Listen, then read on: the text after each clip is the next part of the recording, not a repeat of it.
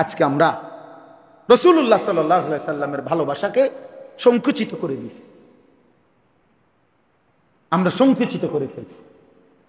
আমরা 2-4 ডেকসি খিচুড়িকে নবীর ভালোবাসা সিদ্ধান্ত দিয়ে দিছি। আমরা 2-4 কেজি জিলাফিকে নবীজির ভালোবাসা দিয়ে দিছি। নবীর ভালোবাসা, মুখে বিড়ি, উনি নবীকে ভালোবাসে। চেহারায় দাড়ি নাই, উনি নবীকে ভালোবাসে। 30 বছর ধরে প্রত্যেক দিন ওজনে কম দেয়, উনি নবীরে ভালোবাসে।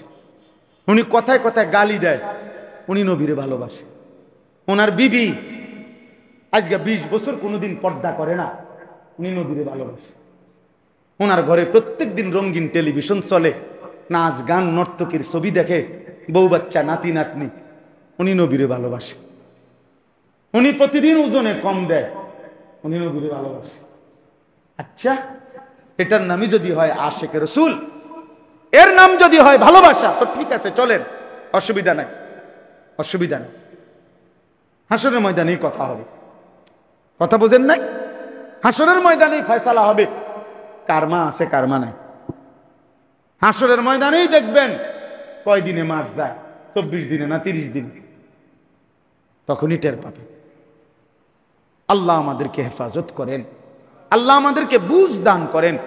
অতএব আমার বাপ রাসূলুল্লাহ সাল্লাল্লাহু আলাইহি ওয়াসাল্লামের সবকিছুকে আল্লাহ তাআলা পছন্দ করতেন। অতএব নবীজির সুন্নাত, নবীজির আখলাক, নবীজির সিরাত, নবীজির সুরাত, নবীজির সুন্নাত, নবীজির কদম কদম অনুসরণ করা, এটাই আমাদের ভালোবাসা, এটাই আমাদের জীবন, এটাই আমাদের দায়িত্ব, এটাই আমাদের কর্তব্য। এর মধ্যেই আমাদের আখিরাতের মুক্তি। আল্লাহ আমাদেরকে তৌফিক দান করেন। আলিমাত নাফসুম মা কদ্দামাত ওয়া আখারাত, আলিমাত নাফসুম মা আহদারাত, হ্যাঁ, ওয়া নাকতুবু মা কদ্দামু ওয়া আতারাহুম, সূরা ইয়াসিনে আছে।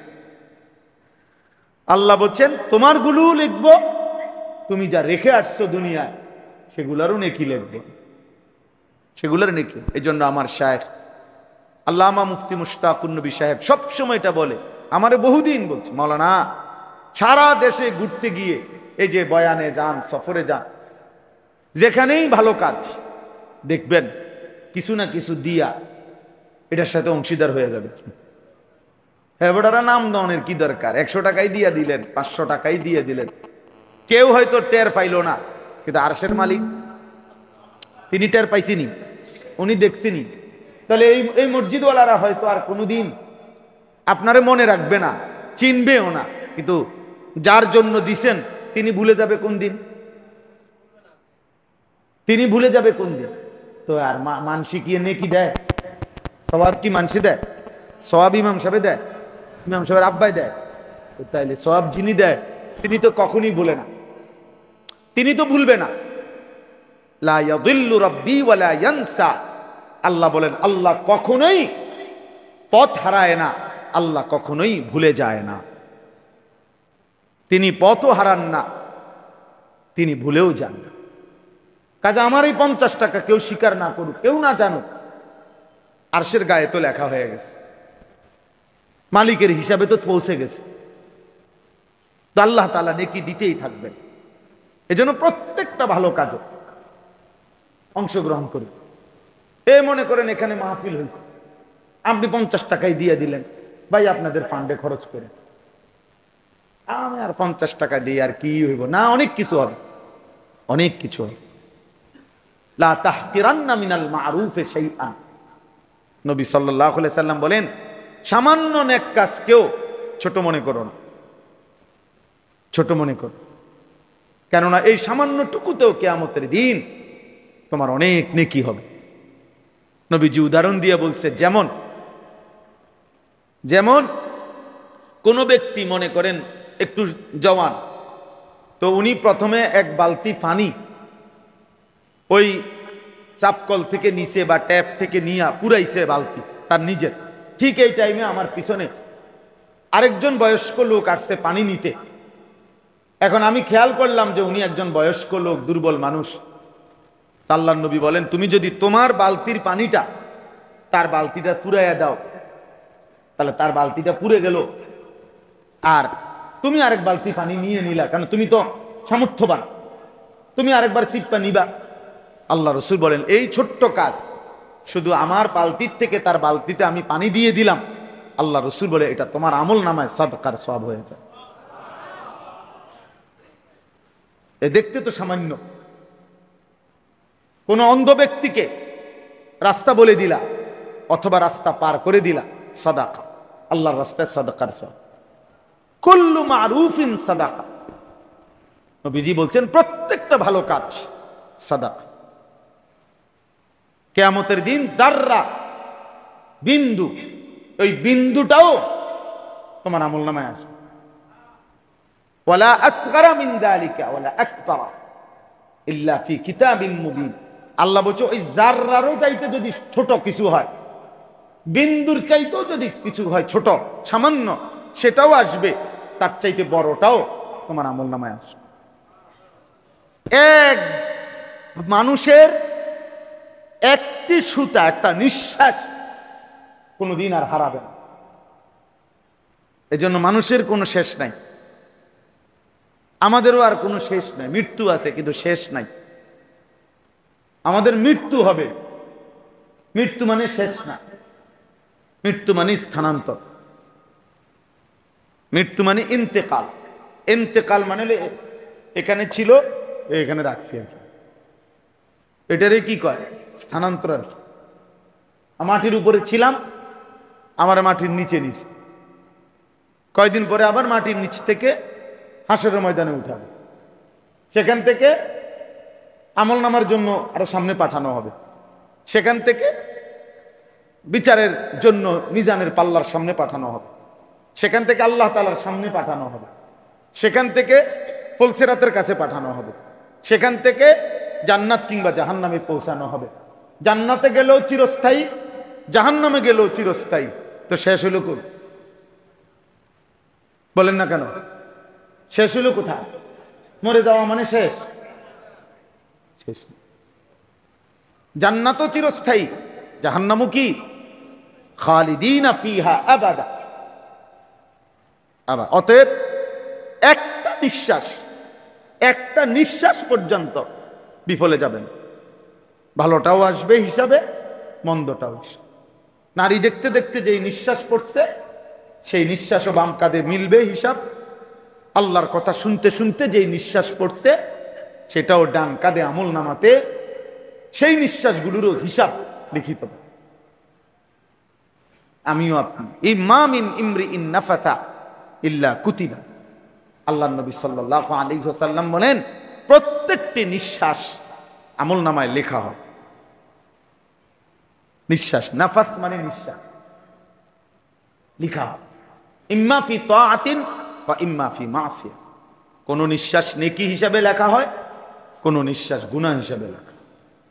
এখন যেই নিঃশ্বাস আমাদের নেকি হিসাবে,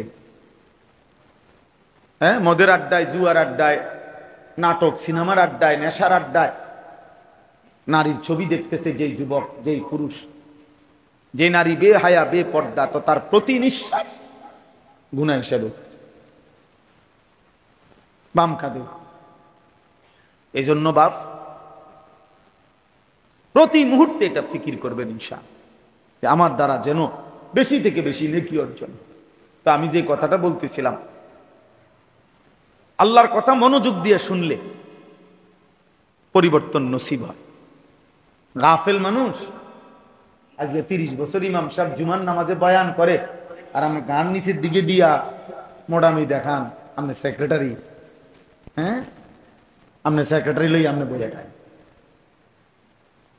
আপনার ক্যাশিয়ার গিরি লইয়া আপনি বসে থাকেন। হাসরের ময়দানে দেখবেন রুকুটাও হইছে না, সেজদাটাও হইছে না, বুঝেন না? হাসরের ময়দানে দেখবেন সুন্নত মোতাবেক যেভাবে নামাজ পড়তে হয়, না দাঁড়ানোর সুন্নত হইছে, না রুকুর সুন্নত, না সেজদার সুন্নত, না নিয়ত বাদার সুন্নত। আর আপনি যে গারমোটা ছিলেন উনি সিদ্দিকে আর ইতান হুজুর, এরকম 2-4টা হুজুর তো বেটা পকেটেই রাহি বেড়া, বুঝেন না? উনি তো 2-4টা হুজুর পকেটেই রাখ। কত হুজুর আইসে গেছে তান, কত দেখছি বেটা, কত হুজুর কত জাতের কথা কইছে, আমি এক জাতের আছি না, অর্থাৎ আমি অন্য বিড়িখানার উপরে আছি। আজকে 60 বছর আল্লাহর রহমতে আমার বিড়ির থেকে কেউ লড়াইতে পারছে না। এত কত বালা বালা হুজুর আইছে। হ্যাঁ, আপনি কামিয়াব, আপনি বহুত বড় কামিয়াব, আপনি এই যে 60 বছরও কিস্তি নেন, কামিয়াব আপনি। আপনি যে 60 বছরও কথা বললে গালি দেন যে 10 গ্রামের মানুষ পর্যন্ত সিসি করে, আপনি কামিয়াব।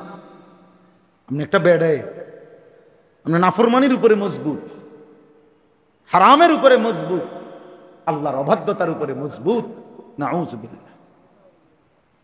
আল্লাহর নবী এজন্য বলছে কুল্লু উম্মতি মুআফান ইল্লাল মুজাহিরিন, আমার উম্মতের সব মানুষের গুনাহ মাফ হয়ে যাবে, কিন্তু গুনাহকে যে প্রকাশ্যে করে বেড়ায়, বলে বেড়ায়, গুনার উপরে যে প্রকাশ্যে চলতে থাকে, খোদার কসম নবী বলছে তাকে আল্লাহ মাফ করবেন।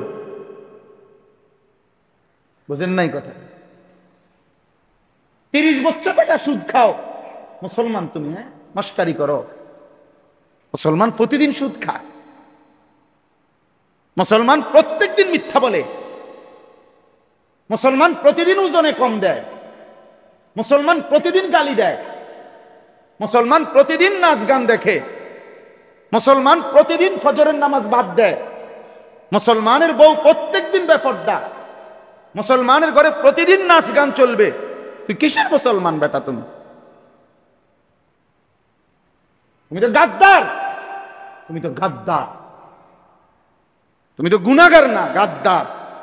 তুমি বুড়া আঙ্গুল দেখাইতেছ। আরে আমনে নিষেধ করছেন, তখন আমনের নিষেধ, নবী নিষেধ করছে। আর রাখ বেটা,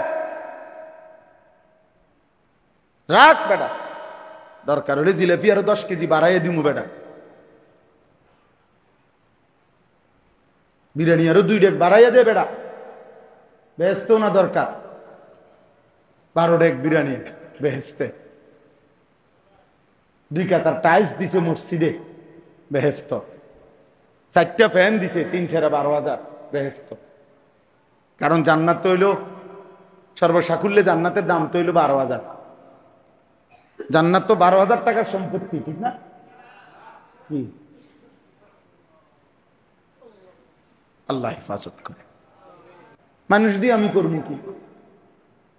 মানুষ দিয়ে আমি করবো? আমি মোবাইলেই তো সব পাই। আমি সমাজ দিয়ে করব কি? আমি বাপ মা দিয়ে করবো কি? আমি আল্লাহ দিয়ে করবো কি? আমি রসুল দিয়ে কি করব? আমার জীবনের সব চাহিদা সবই তো পূরণ হইতেছে মোবাইল দিয়ে, কাজে বাকিটা মানুষ আমি আর কি করা দরকার? এই হলো আমাদের সন্তানদের হালাত। অসংখ্য ছেলে পেলে জীবনে এটাই বুঝে নিছে, জীবনের চাহিদা যেহেতু পূরণ হইতেছে, তার মনের ইচ্ছা যেহেতু পূরণ হচ্ছে, এবার আর মান সম্মান ইজ্জত বংশ মর্যাদা পিতামাতার সম্মান আল্লাহর সম্মান রসুলের সম্মান নিজ ধর্মের সম্মান নিজ কোরআনের সম্মান যা ইচ্ছা তাই হোক যা। অথচ একটা যুবক তুমি ভাবা উচিত, মুসলমানের সন্তান হয়ে তুমি যখন দাঁড়াইয়া পেশাব করো, ইসলাম তখন কোথায় যায়?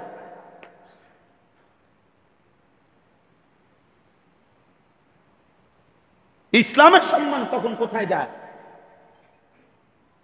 একটা যুবক যখন সারাদিনে 1 ওয়াক্ত নামাজ না পড়ে, তখন আমার রসুলের 23 বছরের চোখের পানি কি কদর হয়? মদিনার নবী তখন কষ্ট পায় না? প্রতি সপ্তাহেই রাসূলুল্লাহ সাল্লাল্লাহু আলাইহি সাল্লামের কাছে উম্মতের আমলনামা দেখানো হয়। শুনে তো নবীজি, কেউ দুরূদ শরীফ পড়লে আল্লাহর নবী বলছে আমার আল্লাহর পক্ষ থেকে ফেরেশতারা একটাবার নবীকে দুরূদ শরীফ পড়লে নাম ধরে ওই ব্যক্তির নাম এবং পিতার নাম সহ রাসূলুল্লাহ সাল্লাল্লাহু আলাইহি সাল্লামের সামনে আল্লাহর পক্ষ থেকে মনোনীত ফেরেশতারা রওজা পাকে পেশ করে।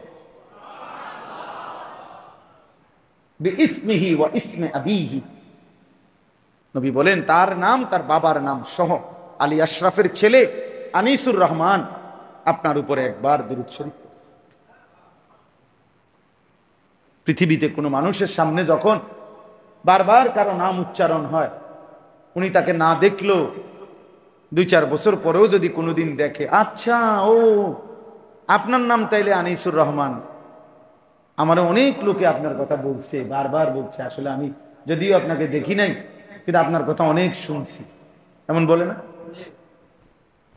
রাসূলুল্লাহ সাল্লাল্লাহু আলাইহি ওয়াসাল্লাম বলবে হাশরের ময়দানে ফুলসিরাতের সামনে অথবা হাউজে কাউসারের সামনে অথবা সুপারিশের জন্য সামনে গেলে যখন শুনবে উম্মত নাম বলবে, নবী সাল্লাল্লাহু আলাইহি ওয়াসাল্লাম বলে, আচ্ছা ও তুমি, ফেরেশতারা তো প্রায় তোমার নাম আমার কাছে বলতো, ফেরেশতারা তো প্রায় দিনই আমার কাছে তোমার নাম বলতো, তুমি যে আমার উপরে অনেক দুরূদ পড়ছো, তুমি আমার অনেক মনে করছো, আমি তো অনেক শুনছি তোমার নাম। তাহলে যে মুসলমান 30 বছরের ভিতরে রাসূলুল্লাহ সাল্লাল্লাহু আলাইহি ওয়াসাল্লামের সুন্নাতের খেলাফ বিরোধিতা করে গেলেন, 20 বছর ধরে দাড়ি কাটলেন, 30 বছর ধরে দাড়ি কাটলেন, আপনার নাম নবীজির সামনে কেমনে পেশ হবে? হ্যাঁ, আল্লাহ হেফাজত করে। এজন্য ভাই আমার কথা এটাই, প্রথম কথা শেষ, মনোযোগের কথা বলতেছিলাম। আন্তরিকতা থাকতে হবে। কোন আলেম সে যে আপনার মসজিদের হুজুর হোক, সব আলেম সারা বাংলাদেশ পরিচিত হইতে হবে এটা জরুরি না, সবাই সারা বাংলাদেশ জনপ্রিয় হতে হবে এটা জরুরি না। কোরআন সুন্নাহর কথা আপনার মহল্লার ইমাম, মহল্লার আলেম উনিও যদি বলে, আপনার জিম্মাদারি মনোযোগ দিয়ে শোনা। উনি জনপ্রিয় না হোক, মানুষের কাছে জনপ্রিয়তা দিয়া হবে এটাকে, 10 লক্ষ মানুষ আমারে আলগি দিলে আমার কবর রাজাব মাফ তো আর লাভ কি? তাইলে আমার লাভ বল? আমি তো নির্বাচনে আসছি না, যে এটা নির্বাচনী গণসংযোগ, আমার সমর্থন দরকার অনেক, আমি এই জন্য আসছি আমরা এখানে, তাহলে আর লাভ কি? এখানে কম হইলেই কি আর বেশি হইলেই কি? দরকার তো আল্লাহ গ্রহণ করলো কিনা, আখিরাতের মুক্তি মিলবে কিনা, পরকালের মুক্তি মিলবে কিনা, আমলনামা ডান হাতে আসবে কিনা, মিজানের পাল্লায় নেকিটা ভারী হবে কিনা, আল্লাহর মুখোমুখি হইলে রব্বে কারীম যদি প্রশ্ন করে জবাব দিতে পারবো কিনা, ফুলসিরাতটা আসানির সাথে পার হতে পারবো কিনা, চিন্তা তো হলো ওই বিষয়টা। এই পৃথিবীতে আপনি অমর হয়ে যাবেন, এই পৃথিবীতে, পৃথিবী নিজে অমর নি, তা আপনি অমর হবেন কেমন? বোঝেন না? এটা তো এই জেনারেল শিক্ষিতরা তো এটা কথা একটা ফালতু কথা বানায় নিছে। পৃথিবীতে তিনি অমর হয়ে থাকবেন, পৃথিবী নিজে অমর নি, তো তুমি অমর হবে কেমন? পৃথিবী চিরস্থায়ী নি, তো আপনি চিরস্থায়ী থাকবেন কেমনে পৃথিবীতে? এই পৃথিবী নিজেই তো থাকবে না। ইসরাফিল একদিন ফু দিলে আসমান ও জমিন, এই গোটা কায়নাত শেষ হবে কিনা বলেন? শেষ হবে না, তো তাইলে আর অমর রইল কো? জগতেরও যেহেতু মৃত্যু হবে, কায়নাতেরও যেহেতু আমরা কিতাবে পড়ছি স্পষ্ট, এ ব্যক্তির পৃথক মৃত্যুকে বলে মৌত, আর সারা আলমের একসাথে যেদিন মৃত্যু হবে সেটাকেই বলে কিয়ামত। এটাও মৃত্যুই, মৌতুল আলম, সারা আলমের যখন মৃত্যু হবে ওটারই বলে কিয়ামত। ইসরাফিল ফু দিলে সেই মৃত্যুটা, গোটা সৃষ্টির একসাথে কি হয়ে যাবে? মৃত্যু হয়ে যাবে, আসমান ও জমিন সহ সবকিছু। অতএব আমরা যদি প্রত্যেকে এটা ভাবি, এই ইসলাহী মজলিসগুলোর মূল ফিকির, এই ছোট মজলিসের মূল ফিকির বিশ্বাস করেন, নিজের অনুভূতি সুন্দর করা, আমার বিবেক জাগানো, আমার অনুভূতি জাগানো, ইসলাহে নফস, আত্মার সংশোধন, হৃদয়ের সংশোধন, নিজের সংশোধন, ব্যক্তির সংশোধন, আত্মশুদ্ধি, আত্মসংশোধন, এরই মাহফিলের নামই হলো ইসলাহী মাহফিল। খুব হাঙ্গামার দরকার নাই, ছোটখাটো আয়োজনের মধ্যে মাকসাদ আমার হৃদয় যেন জেগে ওঠে, আমার বিবেক যেন, অনুভূতি যেন জাগে, হায় আমি কি করছি, আমার কি করা উচিত। ইল্লা তানসুরুহু ফাকাদ নাসারাহুল্লাহ, কোরআনুল কারীমে আল্লাহ বলছে, শোনো, তোমরা যদি আমার রসুলকে, আমার নবীর কে সাহায্য না করো, মানে আমার বন্ধুর 23 বছরের এই দিনকে সাহায্য না করো, তো ঘাবড়াইও না, তোমরা মনে রেখো, ফাকাদ নাসারাহুল্লাহ, আমি আল্লাহ ওয়াদা দিলাম, আমি আল্লাহ একাই আমার বন্ধুকে সাহায্য করব। তোমারে সরায় ফেল। ইন ইয়াশা ইউযহিবকুম ওয়া ইয়াতি বিখালকিন জাদীদ। কোরআন শরীফ আছে, আল্লাহ বলছে, তোমরা যদি আল্লাহর দ্বীন না মানো, আল্লাহ চাইলে তোমাকে সরিয়ে দেবেন, আর তোমাদের জায়গায় নতুন জাতি, নতুন সৃষ্টি, নতুন অনুগত বান্দা আল্লাহই নিয়ে আসবে। জমিন খালি থাকবে না।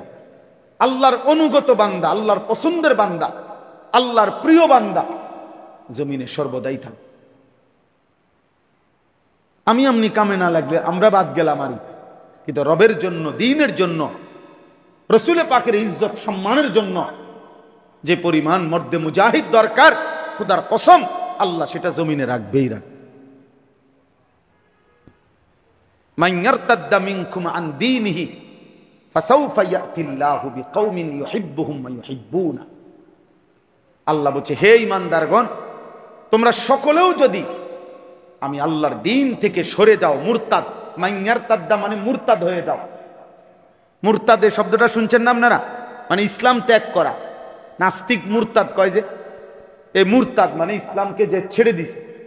আল্লাহ বলে, তোমরা যদি সকলেও ইসলাম ছেড়ে দাও, আমি আল্লাহ তাআলা তৎক্ষণাৎ নতুন জাতি পৃথিবীতে নিয়ে আসব, যারা আমাকে ভালোবাসে, আমি যাদেরকে ভালোবাসি।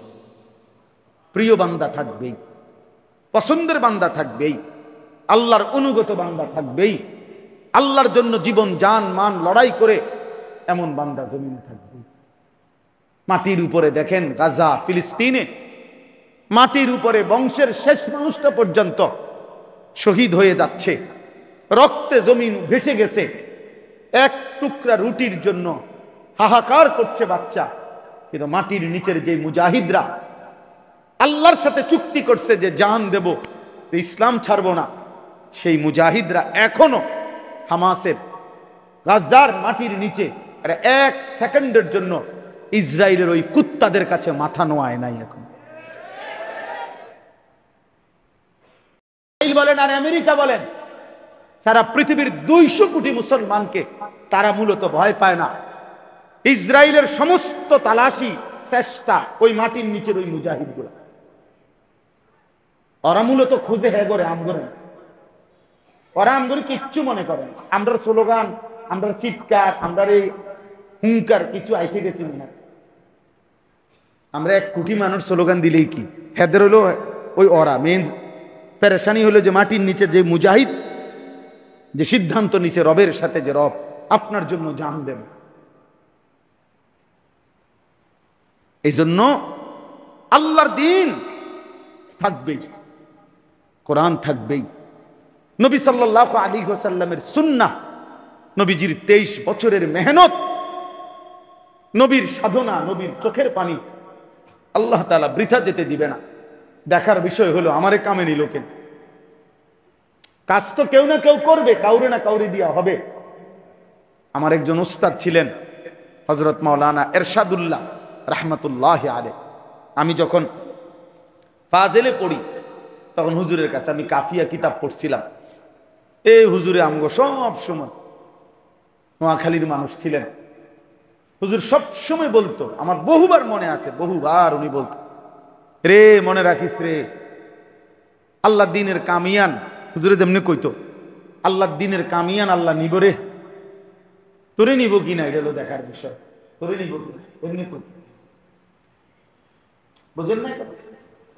দিন তো জিন্দা হবেই, বিজয় তো আসবেই মুসলমানের, কালেমা তো উঠবেই, মাহাদি তো আসবেই, দাজ্জাল তো হারবেই, শেষ ইহুদিটাও, ইহুদির শেষ ব্যক্তিটাও, খোদার কসম নবী বলছে, গাছের আড়ালে, পাথরের আড়ালেও যদি ইহুদি লুকায়া থাকে, একটা সময় আসবে এমন যেদিন ওই পাথর ডেকে মুসলমানকে বলবে, ইন্না ওয়ারাই ইয়াহুদিয়ুন ফাকতুলহু, এই মুসলমান এদিকে আয়, আমার পিছনে একটা ইহুদি লুকিয়ে আছে, তার মা।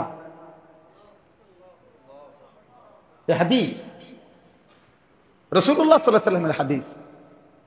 পৃথিবীর শেষ বেঈমানটাকেও ইমানদার হত্যা করবে, তাহলে বিজয় তো হবেই, রাত ভোর তো হবেই, আলো তো ফুটবেই, ইমানের বিজয় হবেই।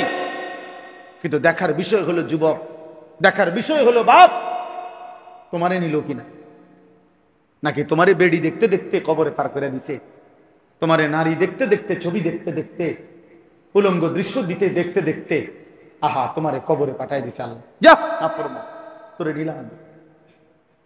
আর কিছু মানুষ আছে এবার এই সোফা ঠিক করতে করতে, খাট পালং ফার্নিচার, উনি মরার পরে 1 সপ্তাহ পরে সোফা বাইতে দিয়ে গেছে, উনি এখনো কবরে চলে গেছে, কিস্তি অনচলে, উনি মারা গেছে, ওনার সুদের টাকা এখনো বাজারে রয়ে। এই কয়দিন আগে মাস্টার সাহেব, আমার এক ঘনিষ্ঠ ইমাম সাহেব, বাজার বড় এক বাজারের ইমাম, বাজার মসজিদের, উনি আমারে বলতেছে, হুজুর আমাদের এই বাজারের, মানে বাজারের নাম ইচ্ছে করে বলতেছি না আর কি, বাজারের একজন সেরা সুদখোর, যিনি বাজারের দোকানে দোকানে সুদ দিত, সুদে টাকা লাগাইতো, উনি মারা গেছে। এখন উনি মারা যাওয়ার পরে মাসখানিক পরে ওনার বিবি ইমাম সাহেব হুজুরের কাছে আইছে যে আপনি তো বাজারের সবাই চিনেন জানেন, আপনি যদি আমার কদ্দুর সহযোগিতা করেন, আমি হেবটার কাটতে কাটতে টাকা বাকি দি এডি কদ্দুর যদি কদ্দুর লইয়া দিতেন লিস্টি করে।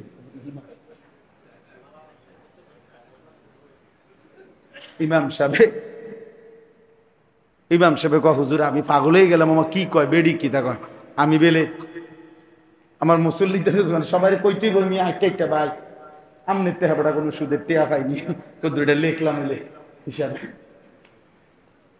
চিন্তা করছেন নি ওটার বুঝ, এবডির বুঝ।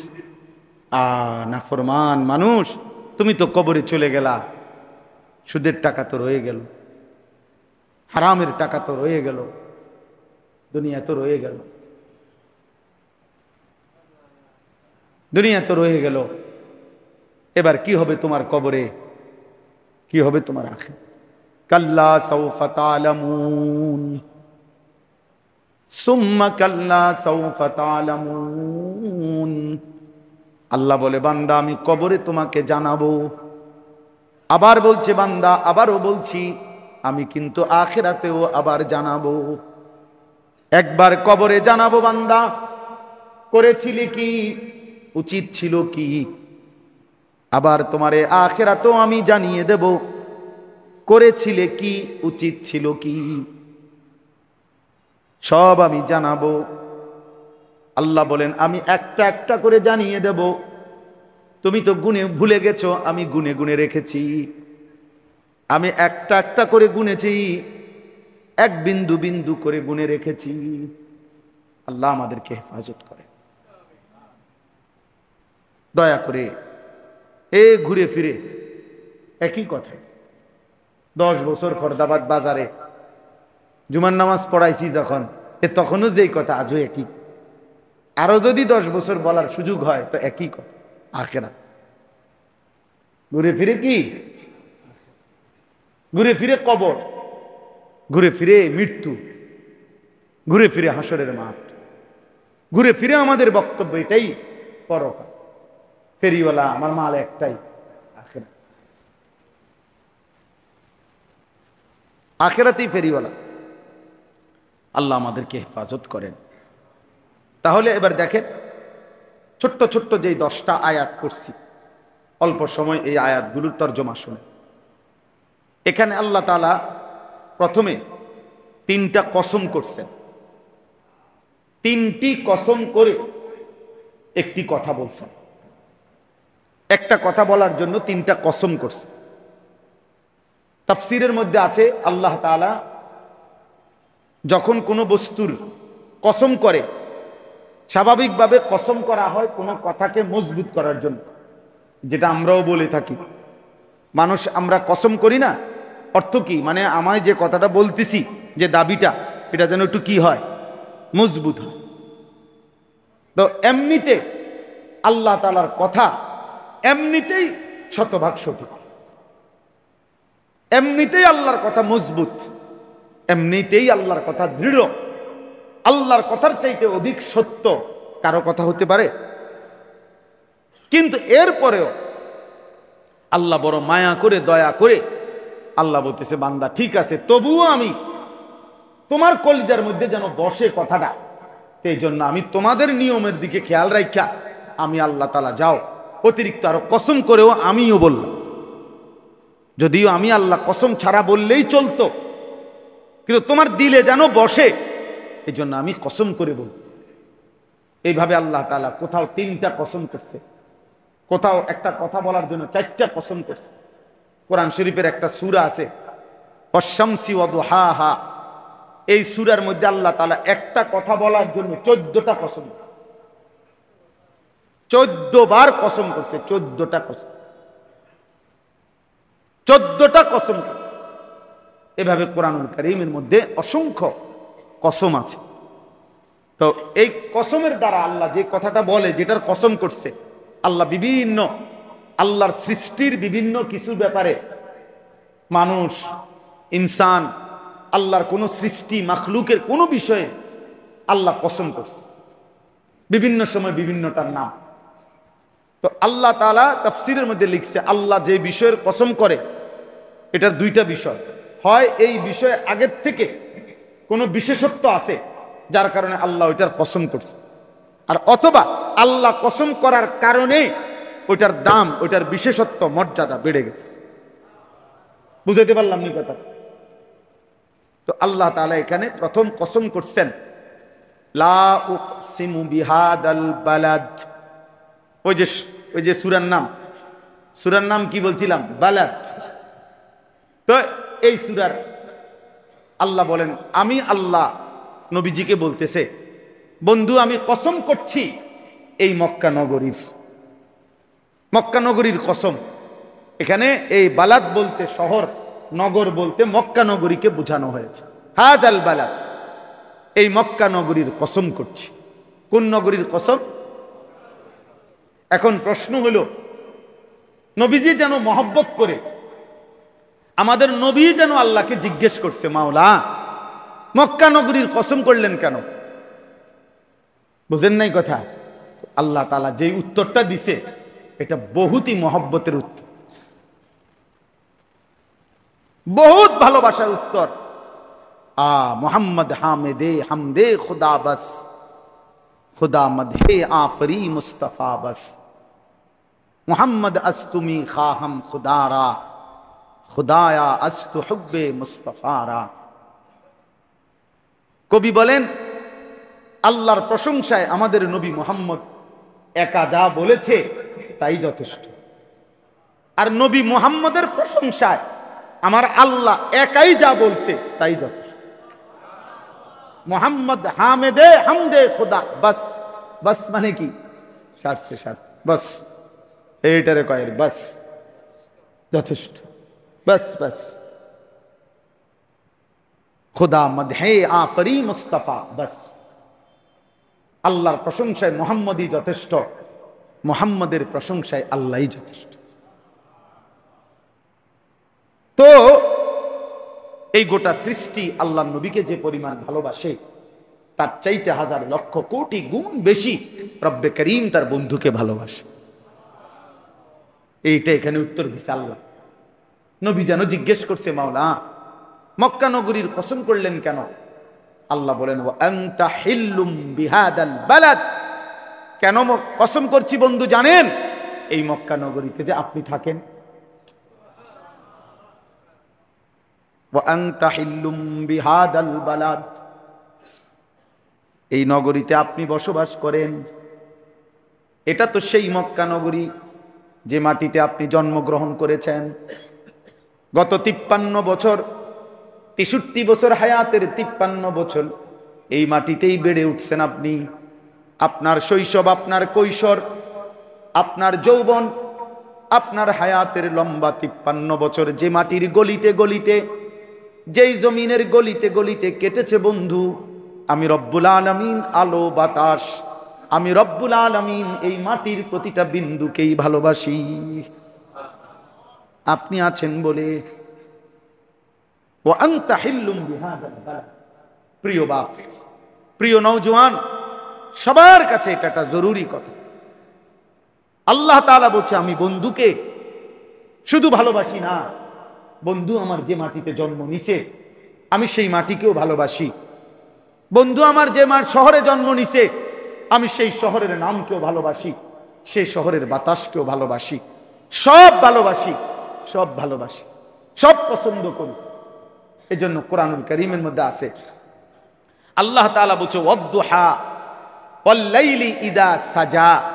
এটা শুনছেন না আপনারা? এই দুই আয়াত, এই দুইটাও কসম। এই ওয়াদ-দুহা এটাও একটা কসম, ওয়াল-লাইলি ইদা সাজা এটাও একটা কসম। এই কসম দুইটার দুই অর্থ। একটা অর্থ শুধু আমি বলতেছি। ওয়াদ-দুহা শব্দের একটা অর্থ হলো আল্লাহ তাআলা বলছেন, বন্ধু আপনার ওই পবিত্র আলোকোজ্জ্বল যেই চেহারা মোবারক, আমি আল্লাহ ওই সুন্দর হাস্যোজ্জ্বল আলোকোজ্জ্বল ওই নূরানি পবিত্র চেহারার কসম করছি। এই ওয়াদ-দুহা শব্দের এক।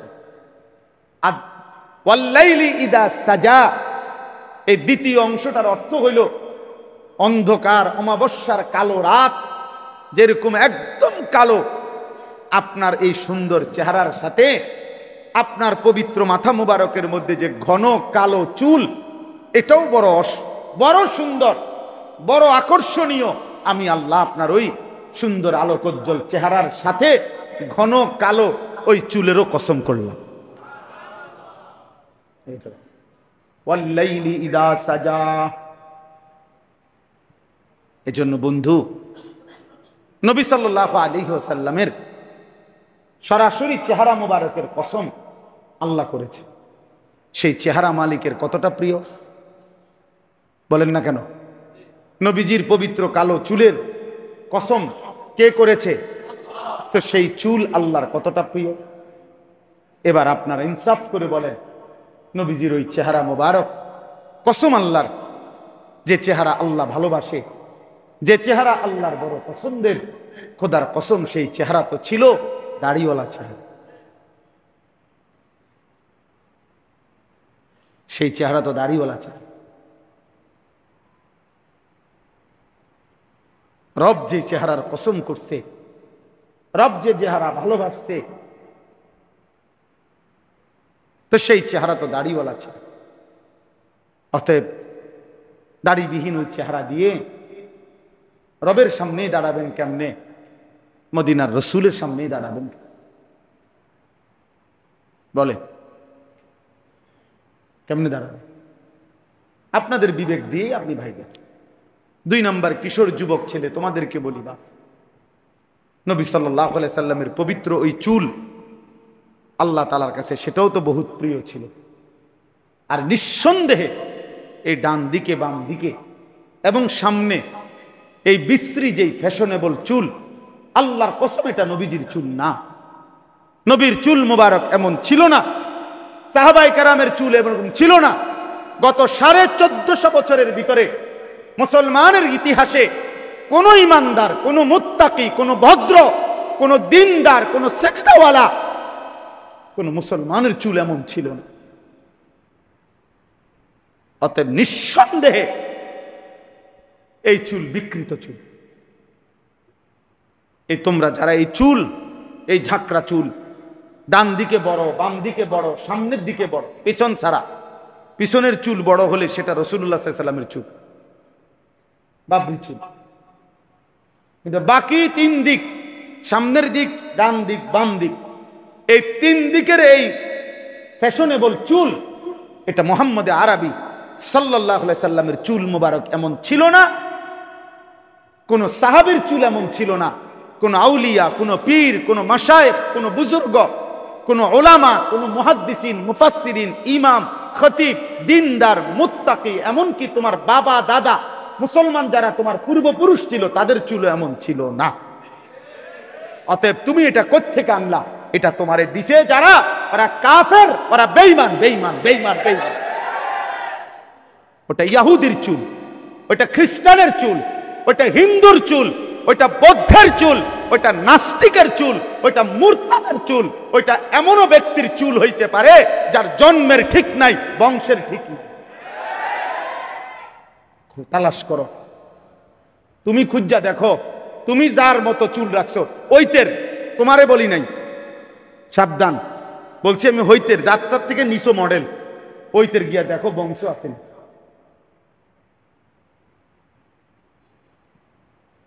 আর এটা নিয়ম। এই পৃথিবীতে কোন মাটিতে যদি পায়খানা লাগে ওই মাটির মধ্যে দুর্গন্ধ, কোন মাটিতে যদি ফুল লাগে ওই মাটিতে সুঘ্রাণ। অতএব আসহবত, যে যাকে অনুসরণ করে, যে যার মধ্যে প্রভাব বিস্তার করে, তার আসর, তার প্রতিক্রিয়া তার মধ্যে হবেই হবে, এটা কোনো সন্দেহ নেই, এতে কোনো সন্দেহ নেই, এটা একবার পরীক্ষিত পৃথিবীতে। আমরা সেই ছোটবেলায় শেখ সাদির কবিতা পড়ছি।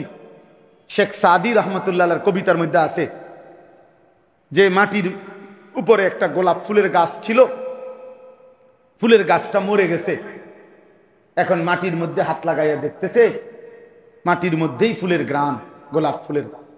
তো ওই মাটিকে জিজ্ঞাসা করছে, হে মাটি, তোমার মাঝে এমন সুন্দর গ্রান আসলো কোত্থেকে? মাটি বলতেছে, হে প্রিয় বন্ধু, বাস্তবিক অর্থে আমি তো আসলে মাটি, আমার মধ্যে কোনো গ্রান ছিল না, কিন্তু এক ফুলের গাছ আমার উপরে ছিল, বারবার আমার উপরে সেই ফুল গাছের পাতা ফুল পড়তে পড়তে ওই ফুলের আসর যখন আমার উপরে পড়ছে, আজ আমি মাটিও গ্রান হয়ে গেছে। জামালে হামনাশি দারমান আসার কান্ত, এক সুগ্রানওয়ালা ফুল আমার উপরে আসর করছে। অগার নামান হামা খাকাম কে হাসতাম, নাই তো আমি মাটিই ছিলাম, আমি মূলত মাটিই ছিলাম, কিন্তু এক ফুল আমার উপরে আসর করছে, ফলে আজ আমি মাটিও কি হয়ে গেছি, গ্রান হয়ে গেছি। অতএব একটা যুবক ভাই, একটা যুবক ভাই, একজন পুরুষ ভাই, বিড়িওয়ালা দুর্গন্ধ ওই মুখ নিয়ে কেমনে সুপারিশের জন্য দাঁড়াইবেন, হিসাব করে, হিসাব করে। হ্যাঁ, আশেকে রসুল হিসাব করেন, অসুবিধা নেই। আমনের আশেক আমনে মিলাই লইয়েন, আমারটা আমি মিলাইতেছি, আমনের লগে আমার কোনো ধাক্কা ধাক্কি নেই, খাই না। আমনের এসকো আমনে মিলাইয়েন, আমারটা আমি মিলাইতেছি।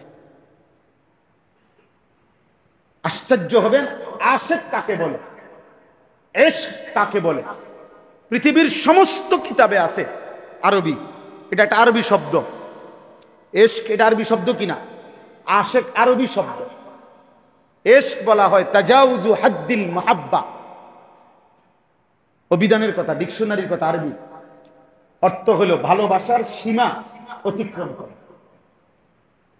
অর্থাৎ সে ওইটা এত পরিমাণ ভালোবাসে যে ভালোবাসার সীমা কি করে ফেলছে, অতিক্রম। তাহলে আশেক তো হইল এমন যার একটা নিঃশ্বাসের মধ্যে পর্যন্ত রসুলের বিরোধিতা নাই, পরে না বলবে আশেক নিয়ে। আমি হব কে, আমনে আমি কোন দিন হব, পাত্তা আসেনি আমগো, বুঝেন নাই কথাটা? কথা তো ছিল এমন প্রেমিক হবে, এমন প্রেমিক হবে। আমরা কিতাবে পড়ছি যে উত্তম আখলাক, যদি উত্তম আখলাককে বলা হয় তুমি মানুষের আকৃতি ধারণ করো, মানে এটা কল্পনার কথারই, কাল্পনিক কথা, যে উত্তম চরিত্র, ওইটাকে বলা হয়েছে যে উত্তম চরিত্র কেরকম, মানে কোন বিষয়ে কেরকম তুমি পছন্দ করো, কেরম হইলে কয় উত্তম চরিত্র, সর্বোত্তম। এটা তুমি একটা আকৃতি ধারণ করো, একটা মানুষের সুরত ধরো। তো কিতাবের মধ্যে লিখছে মানুষের যেই সুরতটা, আকৃতিটা ধরবে, দেখা যাবে যাকে, যেই মানুষটাকে যে উত্তম চরিত্রের আকৃতি ধারণ করছে, খোদার কসম তিনি মুহাম্মদুর রাসূলুল্লাহ সাল্লাল্লাহু আলাইহি ওয়াসাল্লাম। যদি বলেন বিনয় সর্বোত্তম কতটুকু হওয়া দরকার, সেটা রসুলের মধ্যে যেটুকু অতটুকু। সবর, ধৈর্য সর্বোচ্চ কতটুকু হওয়া দরকার যদি বলেন সেটা কেউ দেখতে চায় তো মুহাম্মদে আরবিটাই দেখো। যদি বলেন হাসি, যদি বলেন কান্না, যদি বলেন ভদ্রতা, যদি বলেন আখলাক, একটা একটা গুণ যদি কেউ বলে যে এই গুণটা সবচেয়ে সুন্দর, সবচেয়ে বেশি পূর্ণাঙ্গ, কেমন হইলে সুন্দর হয়, খোদার কসম প্রত্যেকটার উত্তরেই আসবে মুহাম্মদে আরবি যেমন তেমন। আমি আর লম্বা বাড়াবো না কথা, আমার কথা এটাই। আপনি বলেন আজকে আমরা রাসূলুল্লাহ সাল্লাল্লাহু আলাইহি সাল্লামের ভালোবাসাকে সংকুচিত করে দিয়েছি, আমরা সংকুচিত করে ফেলছি। আমরা 2-4 ডেকসি খিচুড়িকে নবীর ভালোবাসার সিদ্ধান্ত দিয়ে দিছি। আমরা 2-4 কেজি জিলাফিকে নবীজির ভালোবাসা দিয়ে দিছি। নবীর ভালোবাসা, মুখে বিড়ি, উনি নবীকে ভালোবাসে। চেহারায় দাড়ি নাই, উনি নবীকে ভালোবাসে। 30 বছর ধরে প্রত্যেক দিন ওজনে কম দেয়, উনি নবীরে ভালোবাসে। উনি কথায় কথায় গালি দেয়, উনি নবীরে ভালোবাসে। ওনার বিবি আজকে 20 বছর কোনোদিন পর্দা করে না, উনি নবীরে ভালোবাসে। ওনার ঘরে প্রত্যেক দিন রঙিন টেলিভিশন চলে, নাচ গান নর্তকীর ছবি দেখে, বউ বাচ্চা নাতি নাতনি, উনি নবীরে ভালোবাসে। উনি প্রতিদিন ওজনে কম দেয়, উনি নবীরে ভালোবাসে। আচ্ছা, এটার নামই যদি হয় আশিকে রাসূল, এর নাম যদি হয় ভালোবাসা, তো ঠিক আছে, চলেন, অসুবিধা নাই, অসুবিধা নেই। হাসরের ময়দানেই কথা হবে, কথা বোঝেন নাই? হাসরের ময়দানেই ফয়সালা হবে কার মা আছে কার মা নাই। হাসরের ময়দানেই দেখবেন কয় দিনে মাস যায়, 24 দিনে না 30 দিনে, তখনই টের পাবে। আল্লাহ আমাদেরকে হেফাজত করেন, আল্লাহ আমাদেরকে বুঝ দান করেন। অতএব আমার বাপ রাসূলুল্লাহ সাল্লাল্লাহু আলাইহি ওয়াসাল্লামের সবকিছুকে আল্লাহ তাআলা পছন্দ করতেন। অতএব নবীজির সুন্নাত, নবীজির আখলাক, নবীজির সিরাত, নবীজির সুরাত, নবীজির সুন্নাত, নবীজির কদম কদম অনুসরণ করা, এটাই আমাদের ভালোবাসা, এটাই আমাদের জীবন, এটাই আমাদের দায়িত্ব, এটাই আমাদের কর্তব্য। এর মধ্যেই আমাদের আখিরাতের মুক্তি। আল্লাহ আমাদেরকে তৌফিক দান করেন। আল্লাহ তাআলা বলেন ওয়ালিদিন মা ওয়ালাদ, বাকিটা শুধু আর কোনো ব্যাখ্যা নাই। আল্লাহ বলেন আমি কসম করছি আদমের, কসম করছি আদমের সন্তানদের। এই 3টা কসম, মক্কা নগরীর কসম, আদম আলাইহিস সালামের কসম, আদমের সন্তানদের কসম। এই 3টা কসম করে আল্লাহ বলে লাকাদ খালাকনাল ইনসানা ফি কাবাদ। শোনো, একটার পর একটা কষ্টের ধাপ অতিক্রম করে আমি মানুষকে বানিয়েছি। মনে করো বান্দা, আল্লাহ যেন আমারে বলে, আপনারে বলে, মাস্টার মনে করো তো তুমি ছিলা মাটি, সেখান থেকে আমি আল্লাহ তাআলা নির্দিষ্ট খাবার বানিয়ে তোমার বাবার লোকমা হিসাবে খাওয়াইছি। এরপরে তোমার বাবার বীর্যের একটা ফোঁটা তৈরি করছি। একদিন স্বামী স্ত্রীর মিলনের মাধ্যমে বাবার বীর্য থেকে মায়ের জরায়ুতে সেই বীর্যের ফোঁটাটা পৌঁছাইছি। সেখানে আমি আল্লাহ এক ফোঁটা বীর্যের উপরে 9 মাস আমি আমার কুদরতি আপন হাতে, 16 বছর বয়সে তুমি আমার চেনো না, একটা পুরা দিন চলে যায় তুমি আমাকে একটা সিজদাও করো, এক ওয়াক্ত নামাজও করো। ঠিক আছে, চলো। আয়াহসাবু আল্লা ইয়াকদির আলাইহি আহাদ। আল্লাহ বলেন, ওরে জিজ্ঞাসা করেন, আল্লাহ বলতেছে যেন আম করে, ওরে জিজ্ঞাসা করো, এই আল্লাহর বান্দা, তুমি কি এই ভেবেছো যে তোমার উপরে কারো কোনো ক্ষমতা নাই? মাতবুরি যে করো রে, অহংকার যে করো রে, আল্লাহর নাফরমানি যে করছো, কি মনে করছো তোমার উপরে কারো কোনো ক্ষমতা নাই? না, কি উত্তর দেন, কথা বলেন না কেন? এই ছেলেরা বলো না বাপ, তাইলে কি মনে করছো? কেন নামাজ পড়ো না? কেন সেজদা দাও না? কেন হারাম খাচ্ছেন? কেন সারা রাত উলঙ্গ ছবি দেখো বাপ, নারী দেখো কেন? বলে ইয়াকুলু আহলাকতু মালান লুবাদা। আল্লাহ বলে নাফরমান বলে দুনিয়া বেঁচে থাকার জন্য, দুনিয়ার নিরাপত্তার জন্য আমি অনেক টাকা খরচ করি, অনেক। অনেক টাকা হুজুর, একটা গেটটাই লাগাইছি 3 লাখ টাকা দিয়া, দোয়া করেন, SS5 দিয়ে। এমন মজবুত গেট, আপনি 10 গ্রামে যদি আশা করি আরেকটা পাইতেন না। এমন বাউন্ডারি ওয়ালটা দিছি একদম 1 নম্বর ইট দিয়ে, পুরাটা বাড়ির চারিদিকে সিসি ক্যামেরা লাগাইছি। আজরাইল আসবে কি খামখেয়ালি কথা? আজরাইল কেমনে? সিসি ক্যামেরা আছে না? আশ্চর্য, আজরাইল কিভাবে আসবে? আজরাইল তো গেট দেখেই ডরাইবে। 3 লাখ টাকার গেট, এটা কি 30,000 টাকার গেট? ঠেললে ঢুকে লাইব আজরাইলেন, তো গেটে তো 3 লাখ। এক একটা খাটে তো গেছে আমার 1-1.5 লাখ টাকা করে। আজরাইল আমার এত বড় খাটের থেকে কেন না? হ্যাঁ, সিসি ক্যামেরা আছে, সিসি ক্যামেরা। ইয়াকুলু আহলাকতু মালাল লুবাদা, নাফরমান বলে দুনিয়ায় আমি অনেক টাকা উড়াইছি বেঁচে থাকার জন্য। আয়াহসাবু আল্লাম ইয়ারাহু আহাদ, আল্লাহ বলে পরে জিজ্ঞেস করে দেখো সে কি এই ভেবেছে তাকে কেউ দেখে না? কি ভাবছেন? এই দুইটাই মেইন কথা এই সূরা। আয়াহসাবু আল্লান ইয়াকদিরা আলাইহি আহাদ, আল্লাহ বলেন নাফরমান কি ভেবেছে তার উপরে কারো কোনো ক্ষমতা নাই।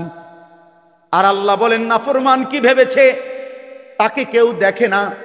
বলেন তাইলে এই দুই কথার উত্তর দেন, আমার উপরে কারো কোনো ক্ষমতা আছে কিনা?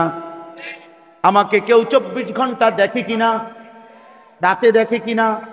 দিনে দেখে কিনা? অন্ধকারে দেখে কিনা? একাকিতে দেখে কিনা?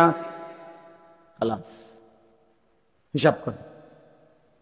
আলাম নাজাল লাহু আইনাইন ওয়া লিসানান ওয়া শাফাতাইন ওয়া হাদাইনাহু নাজদাইন। এত কিছুর পরেও যখন বান্দা নাফরমানি করতে করতে হাসরের ময়দানে জাহান্নামী হবে, আল্লাহ বলেন চিৎকার করবে নাফরমান, আর আল্লাহ বলবে বান্দা বলো না আমি কি তোমাকে 2টা চোখ দেই নাই? আমি কি একটা জিহ্বা দেই নাই? আমি কি 2টা ঠোঁট দেই নাই?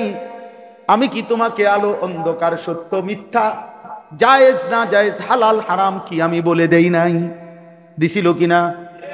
বলেন না কেন? কোনটা হালাল কোনটা হারাম বলেছেন কিনা? হাত পাও চোখ নাক কান অঙ্গ প্রত্যঙ্গ দিয়েছেন কিনা? তাহলে কেন জাহান্নামী হলা? কেন পথ হারাইলা? কেন ভুল করলা? অতএব হিসাব, প্রত্যেকেই হিসাব লাগা। হাসলেও মরে যাবেন, কাঁদলেও মরে যাবেন। আখিরাতের ফিকির করেন, কবরের ফিকির করেন।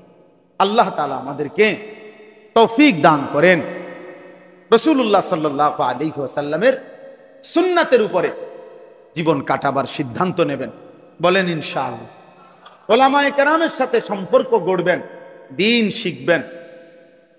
যখনই সুযোগ পান, আমরা এই জন্য সব সময় মুখেও বলি উলামায়ে কেরামের কিতাবাদি ছোট ছোট বই কিতাব পড়বেন, বয়ান শুনবেন, সব সময় দ্বীনের উপরে থাকার চলার চেষ্টা করবেন। কিশোর যুবক ছেলেরা, বাবা এই যে কয়জন আমার বাপ, বেঈমানের মতো চুল রাইখো না বাপ, সারা দিন রাত মোবাইলের পিছনে এমন সুন্দর যৌবন নষ্ট করো না, আর ফিরবা না, আর কোনোদিন এই হায়াত আসবে না। 5 ওয়াক্ত নামাজ পড়ো, ফজরের নামাজ পড়ো, আল্লাহকে রাজি রাখো। আল্লাহ তাআলা সবাইকে তৌফিক দান করেন। চলাচলের রাস্তায় এমনিতেও বসা নিষেধ, হাদিসে আছে। আল্লাহর নবী সাল্লাল্লাহু আলাইহি ওয়াসাল্লাম বলছেন, ইয়াকুম ওয়াল জুলুসা আলা তুরুকাত, বিশুদ্ধ হাদিস, যে তোমরা রাস্তায় বসা থেকে বিরত থাকো। তো সাহাবায়ে কেরাম বলছেন, ইয়া রাসূলুল্লাহ, মাঝে মাঝে আমাদের অবস্থা এমন হয় যে আমাদের জন্য এই ছাড়া বিকল্প কোনো জায়গা আর থাকে না, আমাদের রাস্তার পাশে বসতেই হবে। আমাদের নিজেদের মধ্যে পরস্পর কথা বলার জন্য প্রয়োজনীয়, ওই ক্ষেত্রে আমরা অনেক সময় রাস্তার পাশে আমাদের বসতেই হয়। মা লানা বুদ্ধ, এই ছাড়া আমাদের আর কোনো উপায় নেই।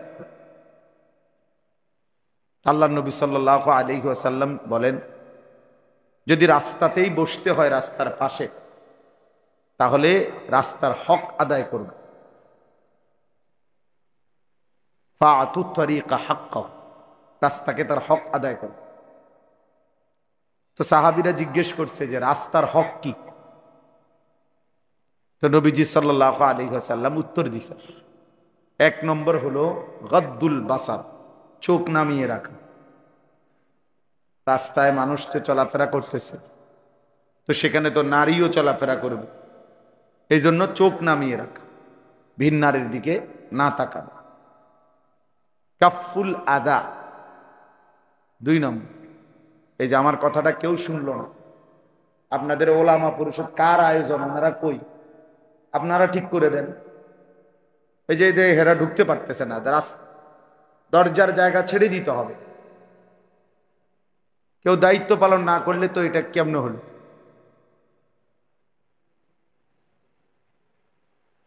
জি, এরপরে দেখেন, দুই নম্বর হলো নবীজি বললেন কাফুল, আপনি বসেন, আপনি ওরে চাচা আপনি বসেন, আপনি বুঝতেন পারতেন, মুরব্বী মানুষ আপনি। কাফুল আদা, দ্বিতীয় হলো কষ্টদায়ক জিনিস সরিয়ে দেওয়া। রাস্তার মধ্যে বাদামের সিল্কা, কলার সিল্কা, আলপিন, এই জাতীয় যে কোনো কষ্টদায়ক জিনিস সরিয়ে দেওয়া। তিন নাম্বার হলো রদ্দুস সালাম, কেউ সালাম দিলে জবাব দেওয়া। তিন নাম্বার হলো আমরুন বিল মারুফ, একে অপরকে নেক কাজের আদেশ করা। দুই নাম্বার হলো ওয়া নাহিউন আনিল মুনকার, গুনাহের কাজ থেকে নিষেধ করা। এইগুলো হলো রাস্তার হক। অর্থাৎ যদি বসতেই হয় এই পাঁচটি জিনিসের দিকে নজর রাখবে। তো যাই হোক, আমার বলার উদ্দেশ্য ছিল এইটা, মানুষের চলাচলের রাস্তায় বসতে নাই, একান্ত অপারগ হলে সেটা ভিন্ন কথা। কোরআনুল কারীমের 30 নম্বর পারা, 90 নম্বর সূরা, এই সূরাটার নাম হচ্ছে সূরায়ে বালাদ। বালাদ শব্দের অর্থ শহর, নগরী, এলাকা আর কি, মহল্লা। এই সূরাটা আমি 10টা আয়াত, ছোট্ট ছোট্ট আয়াত আপনাদের সামনে এই মাত্র তেলাওয়াত করছি। পুরা সূরার মধ্যে মোট 20টা আয়াত, এর অর্ধেক পড়ছি, 10 আয়াত, ছোট্ট ছোট্ট আয়াত, সূরাটাই ছোট।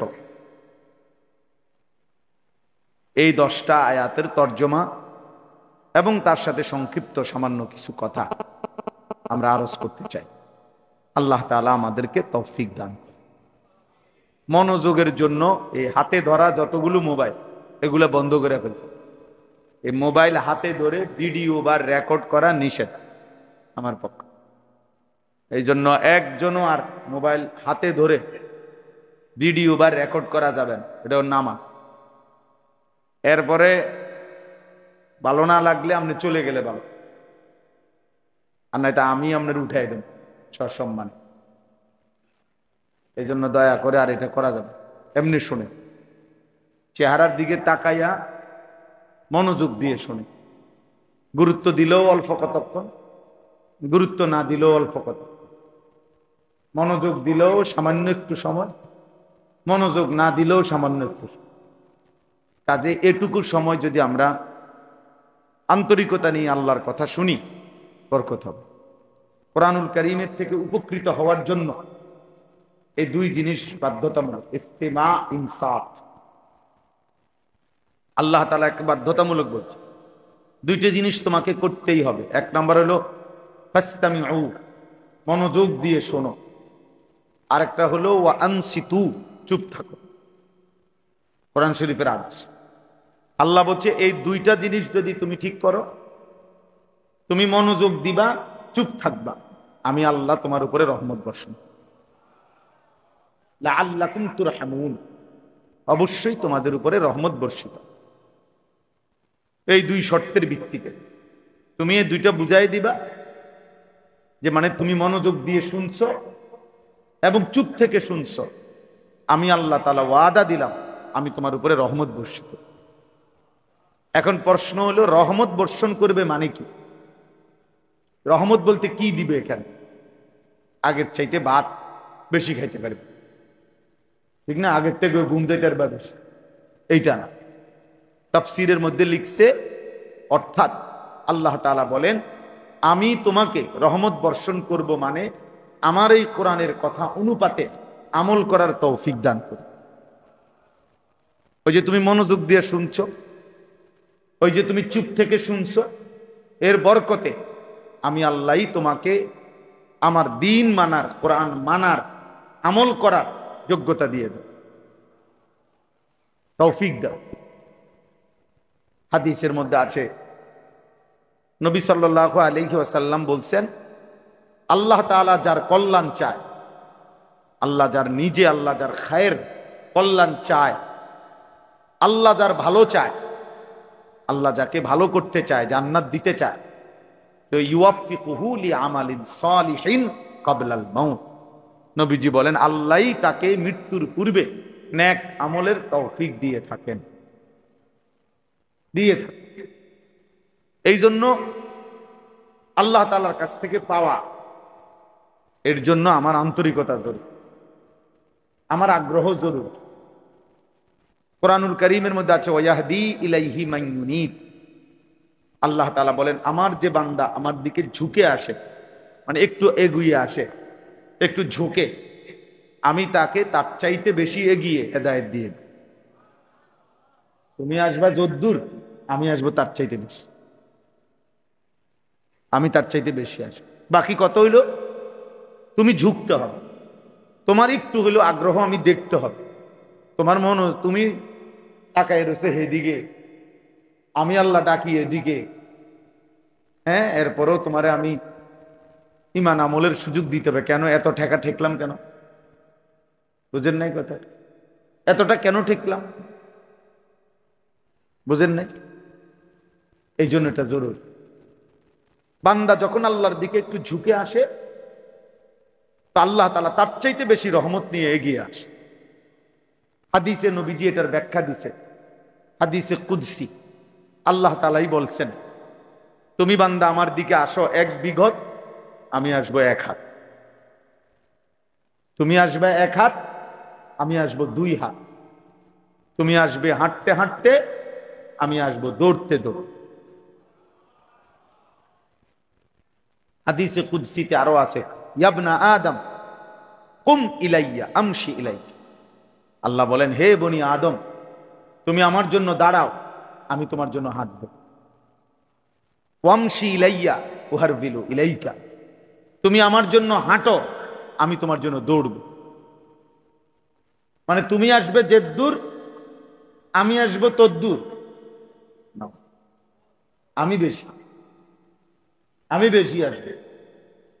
লিয়াজজিয়াহুমুল্লাহু আহসানা মা আমিলু ওয়া ইয়াজিদাহুম মিন ফাদলিহি। আল্লাহ কোরআনে বলছে, বান্দা তুমি যখনই নেক আমল করবা, প্রত্যেকটা নেক আমলের প্রথমত তুমি যেই প্রাপ্য নেকি এর দূর আমি দেব, এরপরে তোমার পাওনা নেকির উপরে আমি আমার দয়ায় বাড়াইতে থাকি। 1-এ 10 মনে করেন কোরআন শরীফের একটি অক্ষর পড়লে নবীজি বলছে 1-এ কত? তো এইটা তোমার পাওনা, তুমি পাইছো। এবার আল্লাহ বলেন এই 10-এর উপরে আমি বাড়াইতে থাকি। রমজানে মনে করেন 1-এ 70 নাকি? তা আল্লাহ বলছেন যে 70 তো তুমি পাইছো, তোমার 70 তো দিলামই, এবারে তোমার 70-এর উপরে আমি আমার দয়ায় বাড়াইতে থাকি। মক্কা শরীফ মসজিদে হারামে আল্লাহর ঘরে ওইখানে একটা সেজদা দিলে 1-এ কত? 1 লক্ষ। 1-এ কত? 1 লাখ। তো তোমার 1 লাখ, এটা তো তোমারে দেবই, এবার তোমার লাখের উপরে আমি আমার দয়ায় বাড়াইতে থাকি। আমার শায়েখ আল্লামা মুফতি মুশতাকুর নবী কাসিমি হুজুর বলেন যে, আল্লাহকে যদি বান্দা জিজ্ঞেস করে আপনি বাড়াইবেন কতক্ষণ, আল্লাহ বলবেন আমি আছি যতক্ষণ। এবার যদি বলেন আপনি আছেন কতক্ষণ, তিনি বলবেন আমি আছি সারাক্ষণ। কতক্ষণ আছেন তিনি? তো বাড়তে থাকবে কতক্ষণ? সারাক্ষণ। এই জন্য হাদিসের মধ্যে আছে বহু লোক হাসরের ময়দানে নিজের আমল নামার নেকি দেখে অবাক হয়ে যায়, নিজেই অবাক হয়ে যায় যে এত বিপুল পরিমাণ নেকি মাওলায়ে কারীম কোত্থেকে আসলো। আমার বয়স ছিল মাত্র ৬০, ৫৫, ৬৫, যে পরিমাণ নেকি আলহামদুলিল্লাহ দেখতেছি, এটি আমি রাত দিন করলেও তো এর দূর হইবার কথা না। কোরআনুল কারীম আল্লাহ বলছে, বান্দা আলিমাত নাফসুম মা কদ্দামাত ওয়া আখখারাত, তোমরা প্রত্যেকেই হাসরের ময়দানে দেখবে, জানবে তোমার নিজের হায়াতে তুমি যা আমল করেছো, তাও তুমি আসার আগে যা যা নেক কাজের বিভিন্ন মুখী ইন্তেজাম ব্যবস্থাপনা করে আসছিলা, ওইখানে যত নেক কাজ হইছে সেই নেক কাজগুলো থেকে তোমার নামে যে নেকি আসছে সেগুলো। তুমি না মরে গেছো ৬০ বছর, পৃথিবী তো এরপরে ছিল ৬০০ বছর, পৃথিবী তো এরপরে তো ছিল ১০ লক্ষ বছর, ৬ লক্ষ বছর, মানে এরপরে তো দুনিয়া আরো ছিল। আর তোমার সেই মসজিদ তো রয়ে গেছে, তোমার সেই মাদ্রাসার দান তো রয়ে। আমরা দুইটা কিতাব বিক্রি করি। আমাদের এই আমার শায়েখ আরিফ বিল্লাহ হাকিমুন নফস আল্লামা মুফতি মুশতাকুন নবী কাসিমি, আমার হজরতের বয়ান ৬টা বই এটার ভিতরে আছে। এই প্রত্যেকটা আলাদা আলাদা হজরতের অনেক হৃদয়গ্রাহী বয়ান, এগুলো আমরা গাড়িতে বিক্রি করি। এই কিতাব এক্সট্রা বক্স ৩০০ টাকা। আপনারা মন চাইলে যাওয়ার সময় যারই ভাল লাগে কেনার চেষ্টা করবেন। এইটা আমাদের নবী সাল্লাল্লাহু আলাইহি ওয়াসাল্লাম তাহাজ্জুদ নামাজ পড়তেন কিভাবে, কতক্ষণ, নবীজি কি দোয়াগুলো করতেন আল্লাহর কাছে, নবীজির উপরে সাহাবায়ে কেরাম যে দোয়া দুরূদ শরীফ পড়ত, এমন ৪০টা দুরূদ যেগুলো সাহাবীরা নবীজির উপরে পড়ত, এই কিতাবে আছে। নবীজিকে স্বপ্নে দেখার যে আমল ধারাবাহিক করতে হয়, এটা এই কিতাবের মধ্যে আছে। এটা ২০০ টাকা, এটা খুলনার হজরতের, এটা আমরা বিক্রি করি গাড়িতে। যার যেটা ভাল লাগে কেনার চেষ্টা করবেন, বহুত উপকৃত হবেন। শায়েখের এই কিতাব, খুলনার হজরতের এই কিতাব। আপনাদের কাছে আমার একটা ছোট্ট আবেদন আছে, ১ মিনিট। আবেদনটা হইল, আমার যেই ছোট একটা মাদ্রাসা আছে কুমিল্লা ক্যান্টনমেন্ট ময়নামতি সাহেবের বাজার, সবাই আমার পরিচিত মানুষ। এই মাদ্রাসায় আজকে ৫০০ জন ছাত্র এখন আলহামদুলিল্লাহ, ৩৪ জন শিক্ষক কর্মচারী। তো আমার একটা স্বপ্ন, মাদ্রাসায় ছেলেদের পড়ালেখা তো আলহামদুলিল্লাহ চলতেছে, আমি একটা ভিন্ন আরেকটা মাদ্রাসায়, এখানেই পৃথক আরেকটা মাদ্রাসার ক্যাম্পাস ভবন করতে চাই। আমার আশা হইল সারা বাংলাদেশের সকল শ্রেণীর স্কুল, কলেজ, ইউনিভার্সিটি, শিক্ষিত অশিক্ষিত, দিন মজুর মুসলমান সারা বছর দিন শিখবে। কিরকম শিখবে? যার সময় যতক্ষণ, দিন শিখবে ততক্ষণ। অর্থাৎ যে যতক্ষণ সময় নিয়ে আসবে অতক্ষণ কিছু না কিছু শিখবে। ৩ দিন হোক, ৩০ দিন হোক, ৩ ঘন্টা হোক, ৭ ঘন্টা হোক, একটা সূরাই শিখেন, রুকুটা ঠিক করেন, ওযুটা সুন্নত মোতাবেক শেখেন। এরকম আলাদা শিক্ষক, আলাদা ভবন, সবটা করতে চাচ্ছি। 2টা কোর্স অলরেডি করছি। তো এই সব আশা নিয়ে আমি একটা বড় জায়গা কিনছি মাদ্রাসার জন্য, প্রায় ৯৪.৫ শতক জায়গা, প্রায় ২ থেকে ২.৫ কোটি টাকা জায়গার দাম। তো আমাদের ওই জায়গায় একটা নামাজের মুসল্লা পরিমাণ ৮ স্কয়ার ফিট জায়গার দাম হলো ৪,২০০ টাকা। তো আমরা এই হ্যান্ডবিলটা আপনাদের কাছে দেই, বড় বড় মানুষ, একটু বয়স্ক যারা বা নওজোয়ান যারা, এখানে বিকাশ নাম্বার, মোবাইল নাম্বার সব লেখা আছে। শুধু আবেদন করে গেলাম, যদি কারো মহব্বত লাগে, দিল লাগে, আমাদের মাদ্রাসার এই এক নামাজের মুসল্লা পরিমাণ জায়গাতে ৪,২০০ টাকা আপনি যদি পাঠান দেন, তো আমরা সিদ্ধান্ত নিছি এই টাকাটা আমরা যারা যারা দিবে আজীবনের জন্য আমাদের মাদ্রাসার উন্নয়ন সদস্য আমরা ওনাদেরকে বানাবো। অর্থাৎ প্রতি বছর চেষ্টা করব একবার ওনাগরে দাওয়াত দিতে, ওনাগরে মেহমানদারি করতে এবং মাদ্রাসার ভালো মন্দ জানাইতে। তো হতে পারে অল্প একটু জায়গা, কিন্তু পুরা জায়গার মধ্যে মসজিদ, মাদ্রাসা কমপ্লেক্স হইলে আশা করি সবটার নেক আমলগুলোর সওয়াব আপনি এই সামান্য টাকা দিয়েও ইনশাল্লাহ পাবেন। তো আমার আবেদন রইল, যাদেরই মহব্বত হয়, সুযোগ হয়, আপনারা আমাদের এই ৪,২০০ টাকার এই এক নামাজের মুসল্লা পরিমাণ জায়গায় অংশগ্রহণ করবেন। আল্লাহ তাআলা আমাদের সবাইকে তৌফিক দান করেন। আলহামদুলিল্লাহি রাব্বিল আলামিন। মাওলায়ে করিম আপনি মাফ করে দেন, রব্বে করিম আপনি মাফ করে দেন, আয় মাওলা আপনি মাফ করে দেন, আয় আল্লাহ আপনি মাফ করে দেন, আয় আল্লাহ আপনি মাফ করে দেন। পেছনের জিন্দেগি মাফ করে দেন, আগামী জীবন সুন্দর করে দেন, ঈমান আমল দান করেন, সেজদাওয়ালা কপাল বানিয়ে দেন, কাঁদনেওয়ালা চোখ বানিয়ে দেন, জিকিরওয়ালা জবান বানিয়ে দেন, মোহব্বতওয়ালা দিল বানিয়ে দেন। আল্লাহ সুন্নাত মোতাবেক জীবন কাটাবার তৌফিক দান করেন। নবী পাকের ভালোবাসা মোহব্বত কলিজা ভরে দান করেন।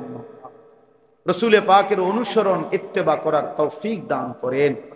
আয় আল্লাহ সমস্ত কবরবাসীদেরকে মাফ করে দেন, কিয়ামত পর্যন্ত কবরের আযাব মাফ করে দেন, কবরগুলোকে জান্নাতের টুকরা বানিয়ে দেন। আমার এই বাবা ভাই প্রত্যেককে দ্বীন দান করেন, ঈমান ইসলাম দান করেন, রাসূলুল্লাহ সাল্লাল্লাহু আলাইহি সাল্লামের আখলাক সুন্নতের আমল করার তৌফিক দান করেন। আয় আল্লাহ এই ফরদাবাদ ওলামা পরিষদের আজকের এই আয়োজনে আপনি ভরপুর বরকত দান করেন, আপনি ভরপুর বরকত দান করেন।